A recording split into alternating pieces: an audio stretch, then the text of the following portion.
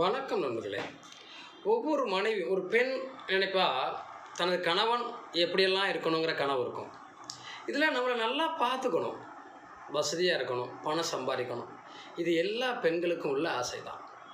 அப்போ நல்ல கணவன் வருவாரா, வசதியானவராக வருவாரா, நம்மளை நல்லா பார்த்துக்குவாரா, சம்பாதிப்பாரா அப்படிங்கிற விஷயத்தில் பெண்களுக்கு அதிகமான கனவுகள் இருக்கும். ஏன்னா கணவனே கண்கண்ட தெய்வம். ஒரு ஒரு வீட்டில் குடும்ப தலைவனை வச்சு தான் அந்த குடும்பமே சந்தோஷமாக இருக்கணும்.